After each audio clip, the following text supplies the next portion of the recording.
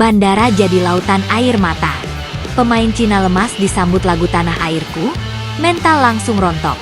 Bandara Soekarno-Hatta, cengkareng suasana tak biasa mengguncang terminal kedatangan internasional Bandara Suta pada Rabu malam, 4/6. Bukan karena kericuhan atau kekacauan, melainkan karena momen paling emosional yang disaksikan langsung oleh ratusan orang di lokasi. Timnas Cina, yang baru saja tiba di Indonesia jelang laga penting kontra Garuda, mendadak terdiam. Mata sembab. Beberapa pemain terlihat menunduk. Bahkan ada yang tak kuasa menahan tangis. Penyebabnya, lagu Tanah Airku yang tiba-tiba bergema menyambut mereka di bandara. Momen ini menjadi viral hanya dalam hitungan menit. Video yang memperlihatkan skuad Cina berdiri kaku, beberapa dengan mata berkaca-kaca, menyaksikan para pemuda-pemudi Indonesia menyanyikan lagu kebangsaan dengan penuh penghayatan, langsung meledak di media sosial. Tagar Cina menangis dan Tanah Airku bikin luluh menjadi trending topik nasional dan bahkan sempat masuk topik panas di Weibo, media sosial terpopuler di Tiongkok. Tapi apa yang sebenarnya terjadi? Bagaimana bisa sebuah lagu Indonesia membuat lawan tangis dan nyaris roboh mentalnya? Sambutan tak biasa. Gerakan diam-diam dari supporter nasionalis. Ternyata, aksi ini bukan kebetulan. Sebuah kelompok supporter bernama Sang Pendar Nusantara telah merancang penyambutan ini selama berminggu-minggu. Mereka ingin menunjukkan sisi nasionalisme Indonesia yang tidak hanya keras dan lantang, tapi juga halus, menggetarkan, dan menusuk ke dalam hati. Tujuannya bukan untuk menghina atau mengejek. Kami ingin menunjukkan bahwa cinta kami pada tanah air tak terbatas hanya di stadion. Lagu Tanah Airku adalah senjata emosional, simbol kerinduan, dan kebanggaan yang bisa mengguncang siapa saja yang mendengarnya. Ujar Arman Yuda, koordinator aksi. Dengan mengenakan batik, kain tradisional, dan membawa bunga, puluhan penyanyi paduan suara berdiri di area kedatangan. Begitu rombongan pemain dan ofisial timnas Cina melangkah keluar, musik dimainkan lewat speaker kecil tersembunyi, dan paduan suara mulai menyanyikan lagu ciptaan Ibu Sut itu dengan penuh penghayatan. Pemain Cina tak berkutik, kami tak siap untuk ini. Reaksi pemain Cina sungguh di luar dugaan. Seorang jurnalis dari media olahraga Tiongkok, Dong Qiudi, yang ikut meliput kedatangan tim, menuliskan pengalamannya. Saat lagu mulai dinyanyikan, semua jadi sunyi. Para pemain menoleh, lalu berdiri diam seperti patung. Beberapa terlihat gelisah. Ada yang menutup wajahnya. Ini bukan intimidasi kasar, ini seni yang menghantam jiwa. Salah satu pemain, yang tak disebutkan namanya, bahkan mengaku kepada media bahwa ini adalah momen paling menggetarkan selama karir internasionalnya. Saya tidak tahu harus berkata apa. Lagu itu menyentuh. Entah mengapa kami merasa seperti sedang dihadapkan dengan sesuatu yang besar. Bukan hanya tim, tapi sebuah bangsa, ujarnya lirih. Beberapa staf ofisial terlihat sibuk mencoba menenangkan pemain muda yang tampak terguncang secara emosional. Tidak ada suara teriakan, tidak ada sorakan kebencian, tapi justru itulah yang membuatnya jadi lebih menekan.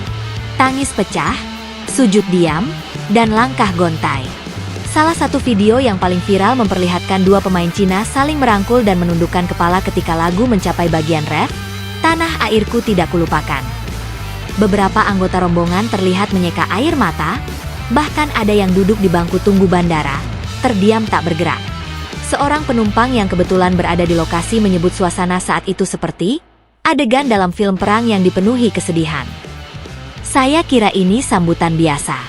Tapi ketika lagu itu dinyanyikan, saya sendiri ikut menitikkan air mata. Mereka, para pemain Cina itu, seakan merasakan cinta dan duka bangsa ini secara langsung. Sungguh momen yang luar biasa, ucap Yulianti, warga asal Tangerang yang baru tiba dari Kuala Lumpur. Tim pendamping dari Kedutaan Besar Cina pun terlihat bingung dan tidak menduga respons emosional dari para pemain. Mereka awalnya mengira akan mendapat sambutan meriah atau bahkan hostile, tapi yang mereka hadapi adalah pelukan emosional yang sangat dalam. Strategi psikologis tingkat tinggi.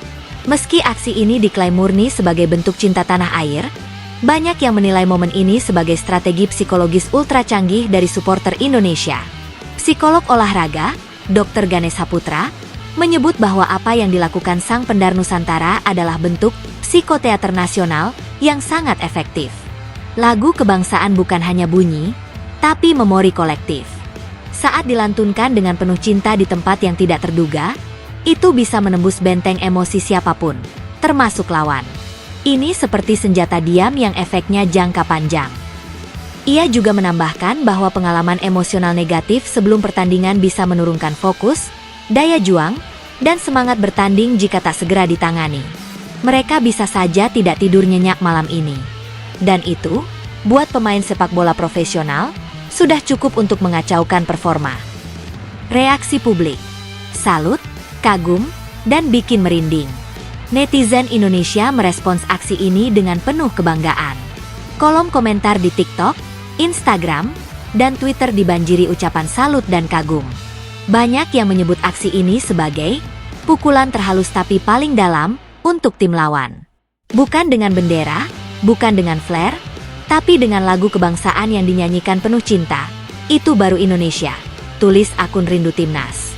Di sisi lain, media-media Cina terpecah dalam menyikapi insiden ini. Sebagian menyebutnya sebagai gestur penuh cinta dari tuan rumah. Namun ada juga yang menyuarakan kekhawatiran atas dampaknya terhadap mentalitas skuad mereka. Sebuah artikel di Sina Sports bahkan menyebut aksi ini sebagai sambutan paling berbahaya secara psikologis yang pernah dialami timnas mereka. Menuju laga panas di GBK, tekanan terus meningkat. Laga antara Indonesia versus Cina di Gelora Bung Karno dijadwalkan berlangsung Jumat malam, dan situasi semakin memanas. Dengan supporter Indonesia yang terus menciptakan kejutan demi kejutan, dari koreografi megah hingga sambutan bernuansa emosional, tekanan terhadap timnas Cina terus meningkat. PSSI sendiri tidak melarang aksi semacam ini selama dilakukan secara damai dan tidak melanggar aturan protokol keamanan. Bahkan beberapa petinggi federasi disebut mengapresiasi kreativitas dan kedewasaan para supporter dalam mengekspresikan nasionalisme. Kita tunjukkan bahwa Indonesia bisa unggul tidak hanya di lapangan, tapi juga dalam budaya, seni, dan kemanusiaan, ujar seorang pejabat PSSI yang tak mau disebutkan namanya. Penutup, bukan sekadar lagu, tapi simbol rasa. Peristiwa yang terjadi di Bandara Suta malam itu bukan sekadar penyambutan. Bagi banyak orang, itu adalah cerminan jiwa bangsa. Lagu Tanah Airku tidak hanya menggugah warga Indonesia, tapi juga lawan yang datang membawa ambisi dan kebanggaan negaranya sendiri. Dan bagi para pemain Cina, sambutan ini mungkin akan jadi cerita tak terlupakan, bukan karena sorak-sorai, tapi karena nyanyian yang membuat mereka menangis, merenung, dan sadar bahwa mereka akan melawan lebih dari sekadar tim sepak bola. Mereka akan melawan semangat satu bangsa yang menyatu lewat nada dan air mata.